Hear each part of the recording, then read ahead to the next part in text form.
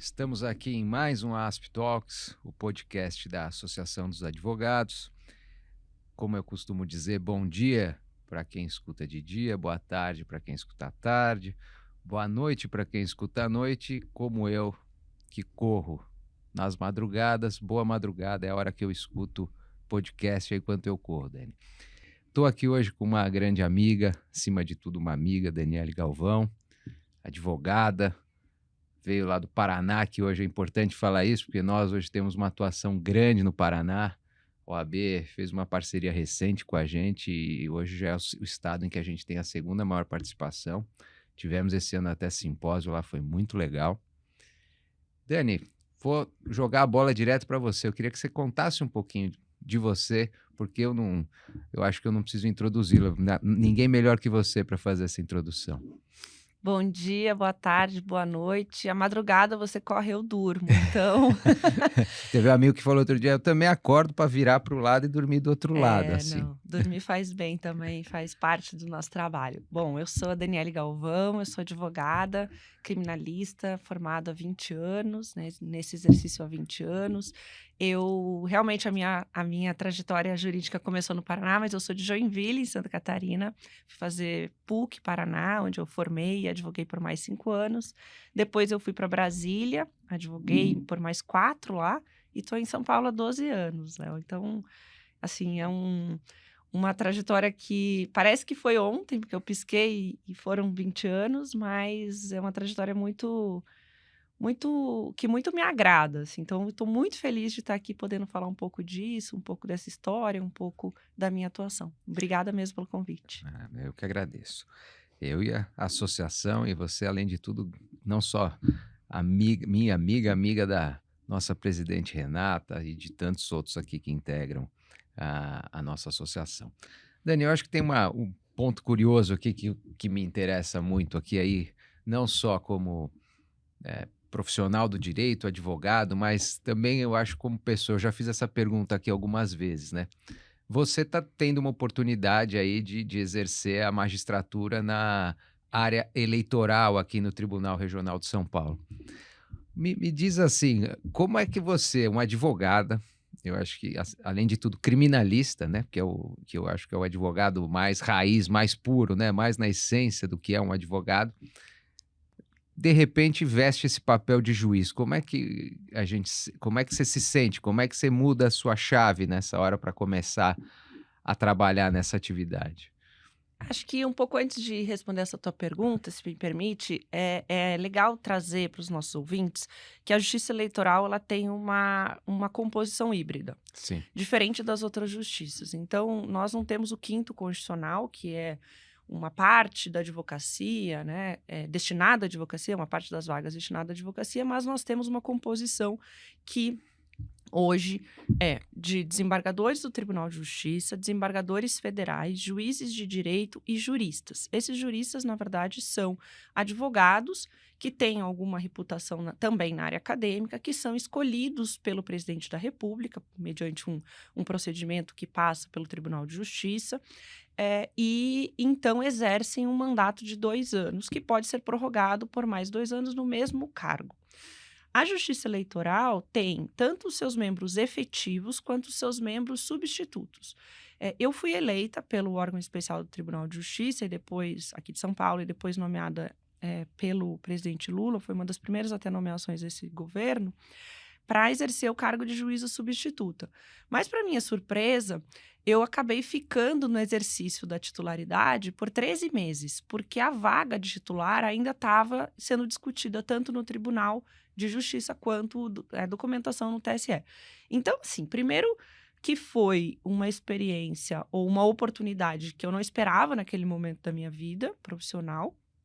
Foi realmente inesperada, mas foi abraçada por mim com todas as forças, a partir do momento em que surgiu essa possibilidade.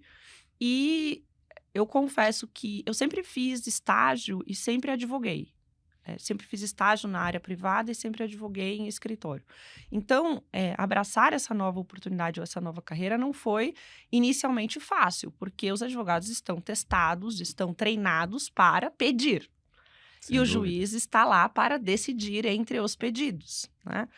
Então, essa mudança de chave, que não foi uma mudança de chave total, porque eu brinco que eu advogava de manhã e ia ao É. tribunal à tarde. Essa é até uma peculiaridade É, única, né, é. da justiça eleitoral, né? Que Isso, eu fico impedida de advogar somente na área eleitoral ou relacionada aos tribunais eleitorais.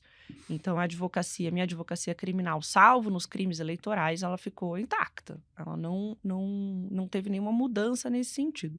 Então, essa mudança de chave, ela não é fácil, mas, ao mesmo tempo, foi e tem sido uma experiência inigualável, porque, como disse, eu sempre tive a oportunidade, sempre tive o treinamento, a expertise de pedir.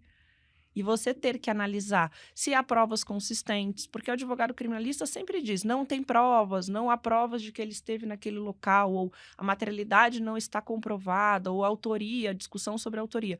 Então, vamos dar um exemplo: pensar num derrame de santinhos, que é aquele movimento que acontece na véspera das eleições, né, de colocar os santinhos ou fazer um enxágue de santinhos na rua, e a gente verificar primeiro, se tem prova da autoria, a gente sabe quem fez o derrame de santinho, não basta saber quem é o beneficiário, então eu preciso saber quem foi o autor. Ao mesmo tempo, nos crimes, quando nós julgamos os crimes eleitorais, de verificar se a prova que foi produzida na instrução ela é suficiente para afastar qualquer dúvida sobre a existência, primeiro, a existência do crime ou a participação daquela pessoa. Então, a mudança de chave não é fácil, mas eu posso dizer que hoje eu me considero até uma advogada um pouco mais completa ou mais preparada depois dessa experiência, que foi incrível, assim, foi incrível. é interessante, né? Põe a toga, põe a beca, tira a toga, põe a beca, né? E só a justiça eleitoral dá essa chance, né? Só, Porque se você pega nas outras situações, né, precisa ter um afastamento sim, total, né? total. E aqui não. E é muito interessante. Você sabe que eu já entendo em outros papos aqui com pessoas que também passaram, né, ou que ingressaram pelo quinto, ou que saíram da magistratura e foram para a advocacia, todos me falaram que essa troca acaba melhorando você como profissional, né? Você ficar nos dois lados, você começa a ter um entendimento melhor da função de cada um, né? Porque às vezes Sim, quando a gente está tá do lado de cá, você fala, pô, juiz, não presta atenção, não faz isso, não faz aquilo, tem uma crítica. Às vezes o juiz que também nunca advogou, vê o advogado como um entrave, né? Às vezes a gente tem essa visão, e quem efetivamente participou dos dois lados entende que essa dialética que faz o processo, a gente chegar num lugar melhor, num resultado melhor do processo, né? Acho que a finalidade, a entrega da prestação jurisdicional fica aperfeiçoada quando sem alguém que dúvida. passou pelas duas casinhas aí consegue aperfeiçoar, né, essa atuação, né? Eu não tenho dúvidas que em algum momento eu errei. Ou Todos, desagradei pelas claro, decisões mas que nós sempre. tomamos. Mas eu, quando entrei, me fiz uma promessa que era tentar levar tudo que eu sempre defendi na advocacia para o tribunal. Né? Pelo menos para o gabinete que eu estava naquele momento assumindo. Achei que ficaria 2 meses até que a lista de titular andasse. Acabei ficando 13 meses, somando, na verdade, foram 10 meses em um gabinete, depois mais 3 meses no outro. E e o que eu digo disso? É receber advogado, né? Óbvio, eu não ficava no tribunal o dia inteiro, porque não é um tribunal de dedicação exclusiva. Claro, claro. Mas nos dias de sessão eu fazia questão de chegar antes e sair depois das sessões, para que, se os advogados estivessem lá, inclusive recebê-los independente de marcação de horário. Claro, se a gente não estivesse fazendo alguma outra atividade urgente ou essencial do gabinete, essencial para a sessão que estava prestes a acontecer. Mas a gente sempre atendeu todos os advogados, inclusive quando eu não estava no tribunal fisicamente, em razão de deslocamento, porque eu dou aula em Brasília ou em outras cidades com frequência, atendê-los online. Então, de ter essa preocupação mesmo, que eu tenho, às vezes, reclamação de não conseguir ser atendido em determinadas instâncias, determinados juízes, de falar, não vamos ter essa dificuldade aqui. E em outras situações, lembro muito bem de um pedido de desbloqueio de bens. Era para que houvesse um desbloqueio de um imóvel, especificamente. E aquilo me causou, dentro do gabinete, uma angústia e uma ansiedade de advogado. Eu falei: "Eu sei, como advogada, o quanto os advogados e as partes têm ansiedade e angústias para destravar esses ou desbloquear Claro. esses bens". Então, a utilização dos sistemas, né, dos sistemas de desbloqueio para que isso acontecesse ao invés de ser por ofício, essas coisas que, como advogado, nós trazemos, às vezes, essas angústias para dentro do gabinete. Então, eu tentei fazer com que isso acontecesse. E não só também pedido de adiamento por uma sessão ou 2 sessões, quando o advogado tinha algum outro compromisso profissional, por exemplo. Perfeito. Então, eu sempre defendi isso na advocacia, independente de ter, por exemplo, mais advogados na procuração. Se é sempre aquele advogado que sustenta, é um tribunal pequeno, que com uma frequência de advogados sempre os mesmos advogados que frequentam, por que não adiar por uma sessão, se aquele Claro. caso ficou no gabinete alguns meses para ser decidido? Então, eu tentei levar isso para minha atuação lá. E aí você, vamos dizer, no momento toga, você via a importância de atender advogados, a diferença que faz um advogado ir lá com um memorial e apresentar o caso de uma forma adequada, a relevância de uma sustentação oral bem pontuada, colocada, você ali na figura de julgadora percebia, né, tinha a exata medida da importância disso? Sim, Não tenho dúvidas. Já como advogada, eu sempre achei que entregar memoriais e sustentar poderia ter alguma função além dos nossos escritos.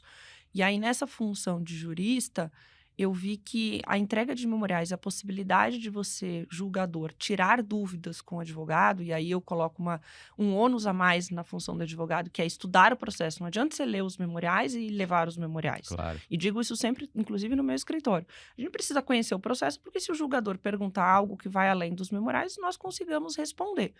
E eu sou CDF, então todos os casos em que havia agendamento prévio de audiência, eu estudava o caso para que eu conseguisse justamente aproveitar aquele momento para fazer as perguntas que eu achava pertinentes para o deslinde e a tomada de decisão. Acho que a entrega de memoriais é essencial nesse sentido. Talvez a gente precise pensar, e aí como advocacia e como poder judiciário, o momento de entrega de memoriais. E aí, lógico, cada um na sua atuação pode ter uma melhor avaliação. Mas, às vezes, às vésperas do julgamento, a decisão já foi proferida, né? Nós já estamos com o voto pronto. Pronto, exato. Então, lógico que isso não significa que não pode haver uma modificação desse voto. E aí entro na tua segunda pergunta sobre a sustentação oral. Tenho zero vergonha de dizer que, após algumas sustentações orais no tribunal, eu, que tinha votado numa determinada forma, pedi ao presidente que adiasse por uma ou 2 sessões. Digo uma ou 2 sessões porque, às vezes, nós temos sessão no dia seguinte e não Tá. dá tempo. Para que o processo fosse adiado, para que eu revisse o voto em razão de alguma argumentação que foi trazida pelo advogado na tribuna.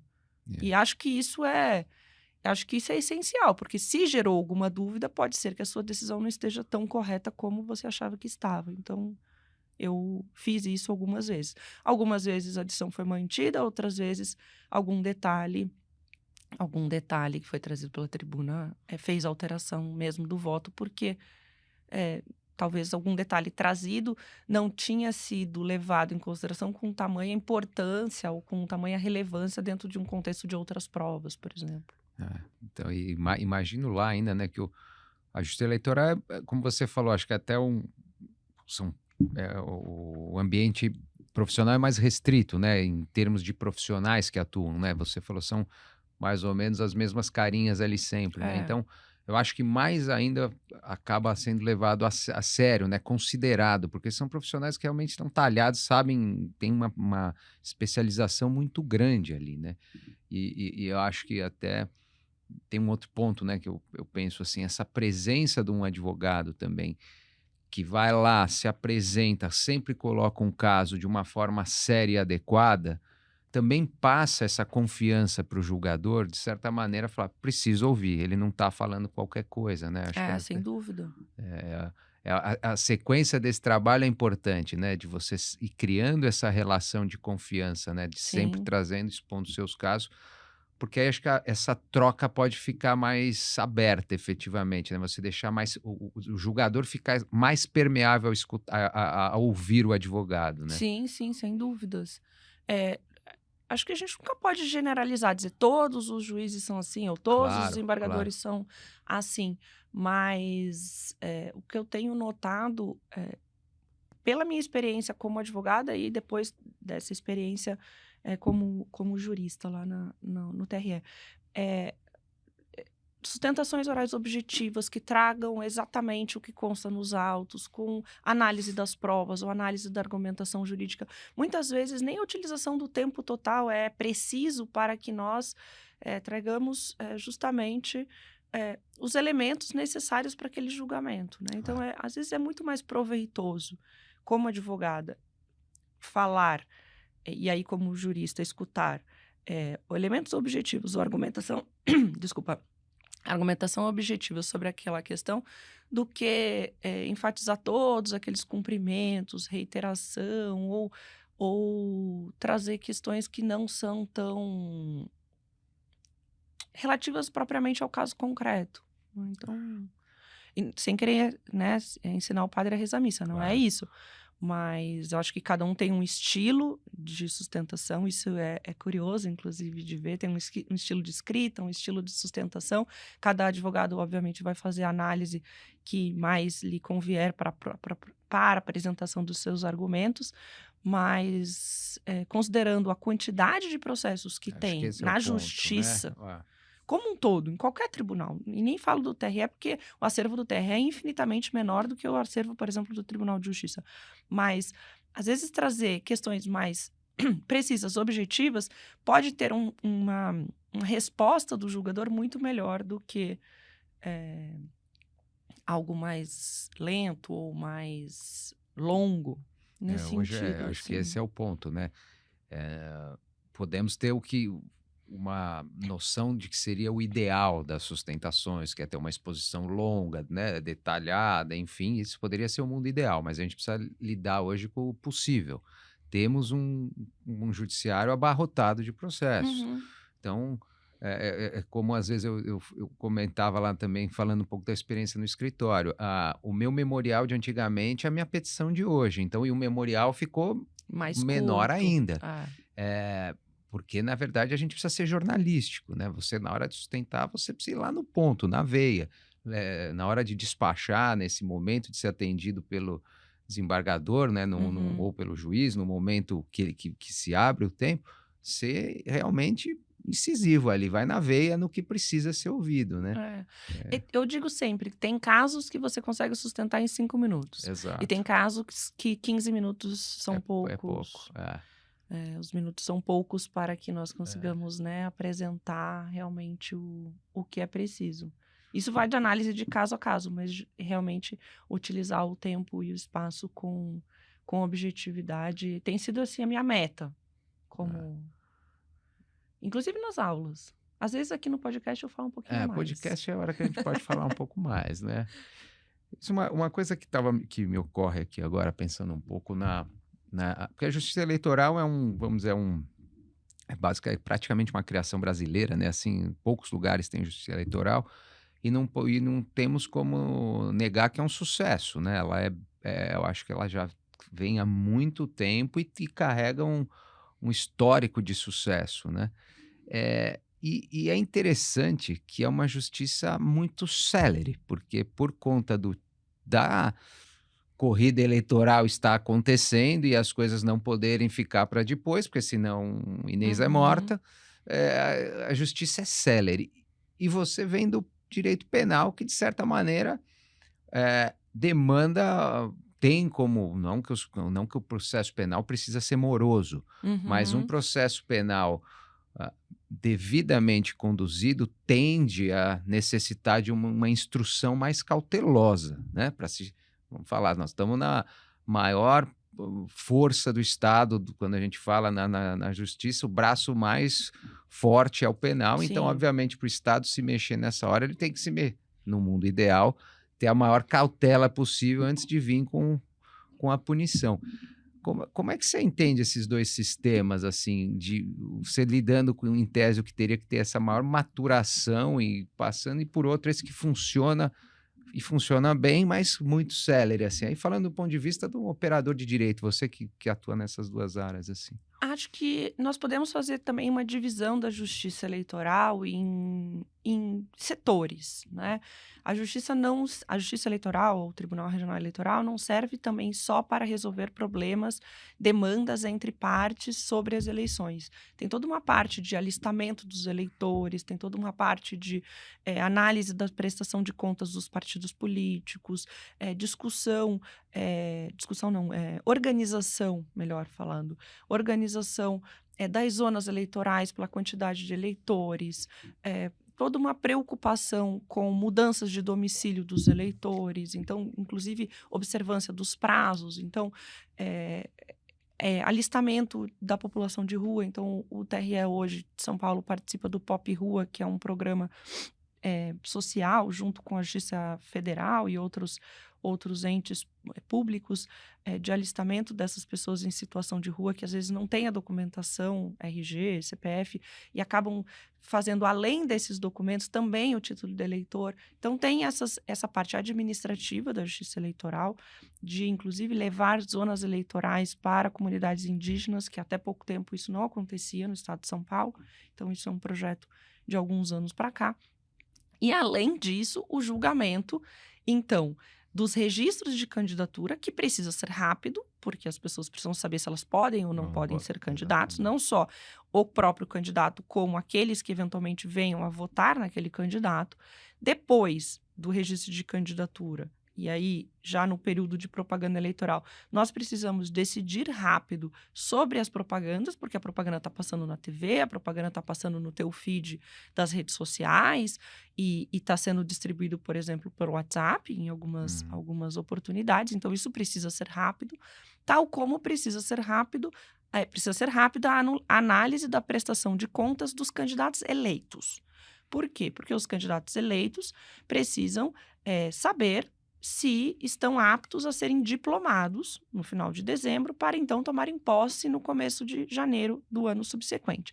Estes casos, vamos chamar assim, precisam realmente de um julgamento rápido. Isto não quer dizer que outros casos, outro setor, para trazer um terceiro setor, que é a justiça eleitoral punitiva, ou de direito administrativo sancionador, que são os AIGES, Ação de Investigação Judicial Eleitoral, que é, por exemplo, uso desarrazoado de meios de comunicação ou utilização, o abuso de poder político, poder econômico, que demandem uma maior maturação, uma instrução processual. Ou até aquelas que houve essa, né, o Supremo no curso, acho que a Lava Jato teve muito esse ponto de indicar casos penais de competência da justiça eleitoral, né? E esses casos, não só essas ações que são de direito eleitoral propriamente ditas, as ações judiciais eleitorais, essa ação de investigação judicial eleitoral, como ação de impugnação de mandato eletivo, mas também os crimes eleitorais, que aí são investigados naturalmente pela Polícia Federal ou pela Polícia Civil em determinadas regiões que não tem a Polícia Federal, e aí precisam de instrução, que são diferentes daqueles casos de registro de candidatura, que tem o registro de candidatura, a impugnação ao registro e aí uma discussão jurídica sobre aquela documentação, ou sobre as certidões que foram postas, ou sobre uma eventual condenação que aquela pessoa tenha ou enquadramento na lei da ficha limpa. É diferente, a gente não tem audiência, né, nas representações por propaganda. Propaganda que é muito rápido. Né? Inclusive, os prazos para a apresentação dessas representações é rápido. Então, porque petição inicial, contestação, julgamento, parecer, julgamento. Uhum. Diferente desses casos punitivos em que pode ensejar cassação de mandato ou mesmo a aplicação de pena criminal, que a gente precisa de instrução, ouvir testemunhas, apresentação de alegações finais, interrogatório do acusado e todas essas etapas que são inerentes à aplicação de uma pena. Então, eu não vejo que tem um conflito. ao mesmo tempo que tem uma parte que julga muito mais rápido e tem uma parte que realmente essa instrução processual ela é mais alongada, não vou dizer demorada, vou dizer alongada, porque é inerente ao procedimento legal ou procedimento processual previsto. É. Então, E até e mesmo nesses casos é mais é rápido mais que em rápido. outras É. justiças. E até pegando nesse ponto que eu tinha mencionado desses casos que o Supremo, né, enfim, acabou tendo essa dicotomia, né, de casos eleitorais, penais, competência da Justiça Eleitoral. Eu lembro que tinha um argumento contra essa remessa de dizerem que a Justiça Eleitoral não seria aparelhada no sentido de ter a a capacidade de fazer o julgar de julgar casos penais, né. Eu lembro que tinha esse argumento que é meio extra autos, não é técnico jurídico, é meio de Mas isso foi e trazido foi bastante. bastante falado, né. Foi. E você que justamente é penalista, criminalista, barriga no balcão, e depois teve nessa atuação aqui nas 2 pontas aqui na eleitoral, você vê, essa crítica tinha algum fundamento? O que que você não digo Eu uma crítica, né, era um eu argumento é, colocado, né?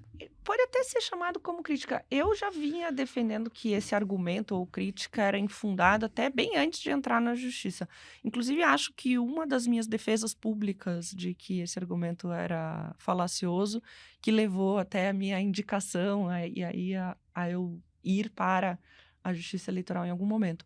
Mas, os servidores da Justiça Eleitoral estão aptos a julgar e a analisar casos com uma rapidez excepcional. Então, eu digo, com a quantidade humana de pessoas dentro dos gabinetes dos juízes, juízes como um todo, desembargadores, juristas, juízes, para dar vazão a uma quantidade de registros de candidatura como recebe e uma quantidade de análise de representações de propaganda como recebe, é uma justiça que está completamente apta, aparelhada, e preparada para atender esse tipo de demanda. Que às vezes é um processo maior em quantidade de volume, mas cuja discussão jurídica muitas vezes se assemelha a um caso de compra de votos, que a justiça sempre, e não digo na parte criminal, na parte eleitoral, a justiça sempre se deparou. Caso de Caixa 2 ou de abuso de poder Uhum. econômico, que sempre se deparou, então eu não vejo muita diferença nesse sentido. Talvez naquele momento em que esse argumento foi utilizado, é que não havia interesse em que houvesse uma remessa para outro juízo que não eram aqueles juízos que estavam julgando aqueles casos naquele momento. E aí, Exatamente. para não dizer isso, talvez esse argumento fosse utilizado. Mas eu vejo a justiça não só como estruturada para, como preparada e preocupada, inclusive, com a capacitação dos seus servidores. Não só pelos cursos internos, mas pela Escola Judicial Eleitoral, aqui em São Paulo, a IJEP, ou a Escola Judicial Eleitoral do próprio TSE, que chama os servidores para cursos de captação, não, capacitação Capacitação. bastante frequentes. É. Mas realmente, é porque eu lembrava muito isso, eu também achava que você tem uma justiça realmente, como você falou, por si já é muito complexo o trabalho, Uhum. né? Por que que aquilo seria tão mais complexo, né? Enfim. E até falando em complexidade, né? Acho que você já pegou esse mundo novo, né? Mundo digital e, e as eleições, né? Acho que isso traz um desafio enorme, É. né? Tanto do ponto de vista de propaganda em si, pura e simples, né, publicidade em si, formas mais, fáceis, né, ou de burlar as regras, e o outro campo que, vamos lá, genericamente chamado de fake news, que eu acho que são 2 mundos que dificultam, né. Como é que a justiça eleitoral está vivendo? A gente, obviamente, estou falando assim, a gente só vê notícia, escuta, fala, Uhum. mas quais são essas grandes preocupações aí, o que que a gente vê o que que você foi vendo de principais medidas para de alguma forma atuar nesses 2 mundos, né, porque a gente vê, uso de contas falsas ou como na eleição passada, de pessoas sendo enfim, é uma sequência de coisas. Aí do outro lado, fake news. Não estou falando de caso concreto, estou falando de coisas que, pô, não só no Brasil, né? Isso Sim, é um é um movimento do do mundo. mundo, né? Então, como que você vê esse cenário todo, os desafios aí que... O direito está sempre correndo atrás dos movimentos da sociedade. Então, não vou dizer, é um movimento fácil, mas tampouco podemos considerar que é um movimento impossível. Mas são momentos e movimentos da sociedade muito diferentes. Eu trabalhei em 2 campanhas da Presidência da República em 2010 e 2014.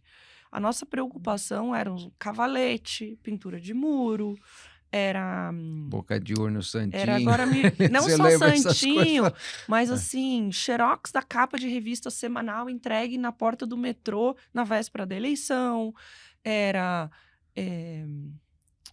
esqueci o nome daquele negócio que gruda no poste, assim, que tem lá, Ah, traga o seu amor em 3 dias, mas esse também faziam para as o eleições. cartazinho, Isso, cartaz ali, cola-cola, cola, tem um nome lá, agora eu esqueci.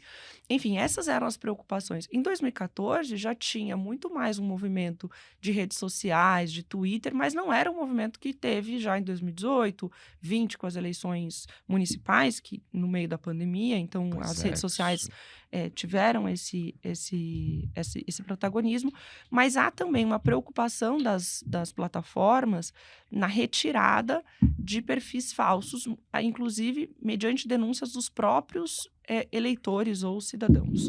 Então, tem essa preocupação, independente de isso ser levado ao Poder Judiciário, mas o Poder Judiciário resolve problemas quando em estado há.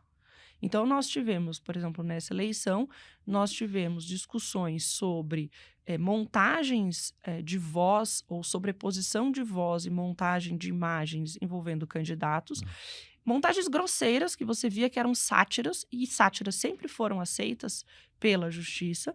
Então, isso faz parte do debate eleitoral, faz parte até da essência do brasileiro que gosta da sátira, que gosta do meme. Diferente de montagem, por exemplo, e aí não foi um caso concreto, mas vou trazer um exemplo, como se sobrepusesse a voz do William Bonner no Jornal Nacional, dando a entender que o Leonardo Furtado era candidato a prefeito de São Paulo. Aqueles deepfakes, né, que que eles gera falam. isso, que gera um conhecimento diferente ou gera uma desinformação ao eleitorado. Então, muitas vezes, nesses casos, os vídeos são retirados do ar, justamente a pedido da coligação ou a pedido da candidatura adversária.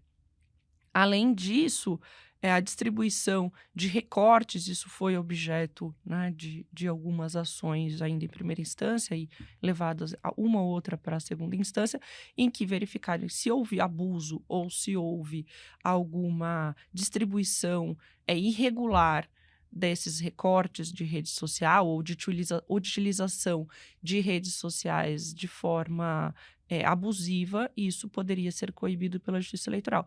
Agora, não dá para esperar que a Justiça Eleitoral resolva todos os problemas, porque, em verdade, a distribuição da internet é muito mais rápida Sem dúvida. do que o sorteio de distribuição de relator no próprio tribunal. Então, também vai da atuação dos próprios cidadãos de denunciarem as redes sociais, esses conteúdos, de não replicarem esses conteúdos, mas é uma tarefa bastante árdua, não só para a justiça, como para as próprias plataformas e para os advogados das campanhas. Que a gente até escuta isso, né? Às vezes, o que a gente escuta é que tem prestadores de serviços, eles vêm do exterior, na verdade, né?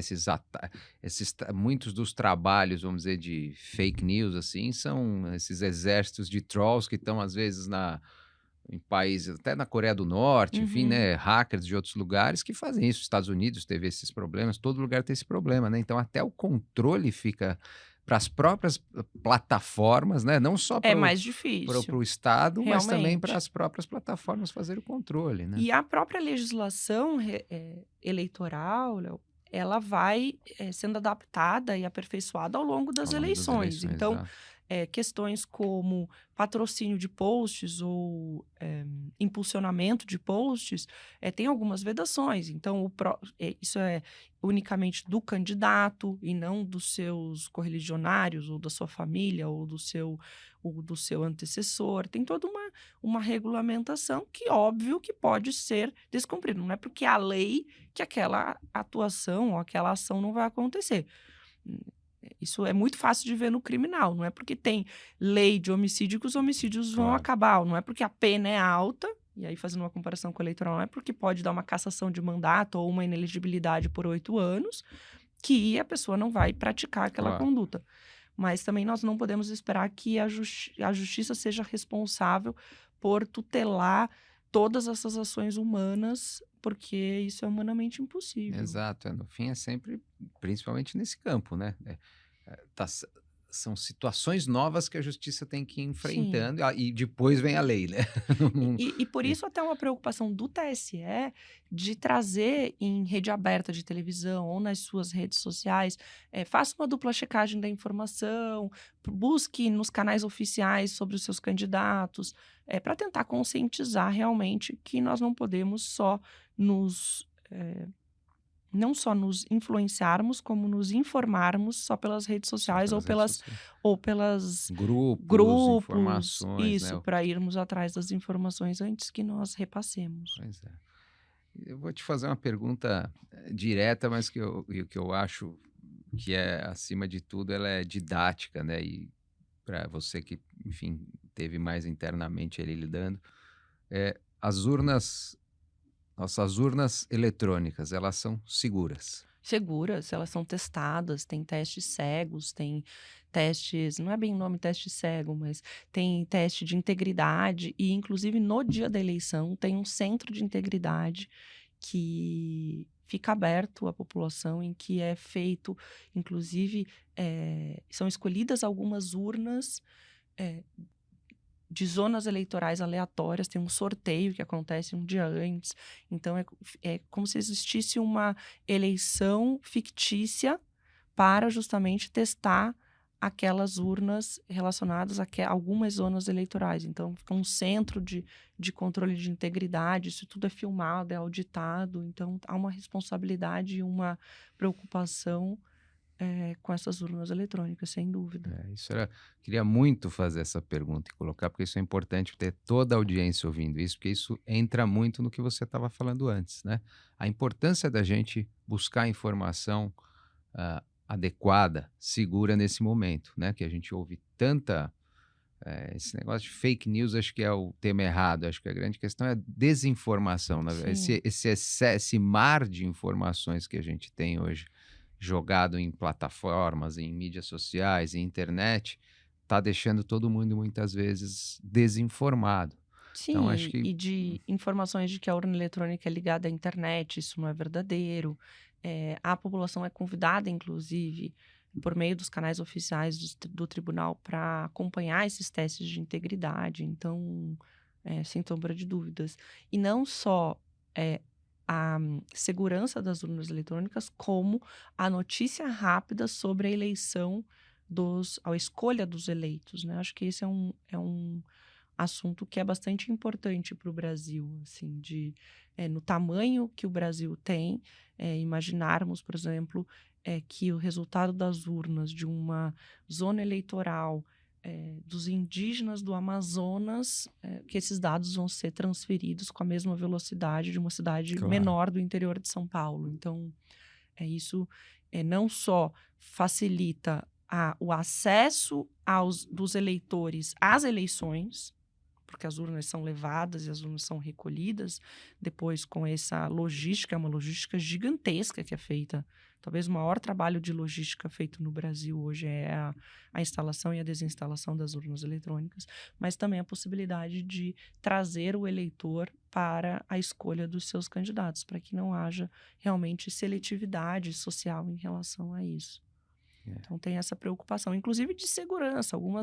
Algumas regiões do Rio de Janeiro passaram por essa discussão de será que instala, será que não instala, porque não tinha a segurança adequada para aquela região. Então, os eleitores foram mudados de zona para que pudessem exercer o seu voto livremente. Então, tem toda essa preocupação também da Justiça Eleitoral. É isso. Acho que esse é até uma.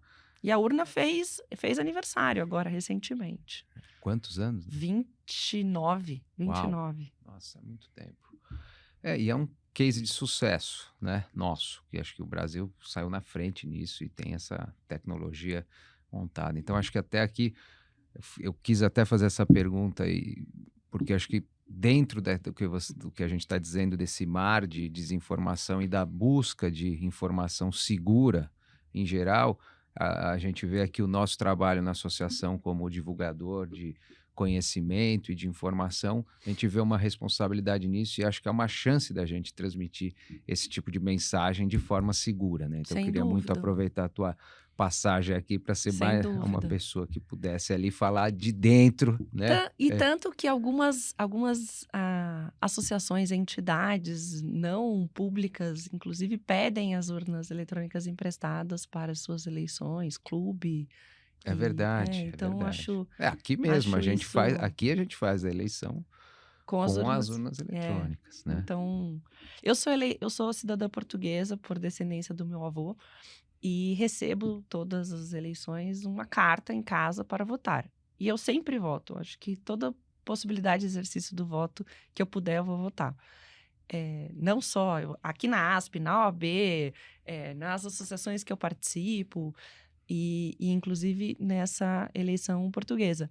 Mas eu não tenho certeza se esse voto é computado, porque ele é encaminhado pelo correio. Eu Claro, não tenho ali o ticket que eu recebo quando eu voto aqui no Brasil, que é a minha certidão de quitação eleitoral, o comprovante de sem votação. dúvida. Então, É. prefiro. Muito bom. Tuas colocações excepcionais, acho que você passou por dentro, esmiuçou muito bem todo Que esse bom. ramo do direito. Para fechar, eu queria, se possível, a gente aqui tem uma grande preocupação até foi interessante, você falou de voto,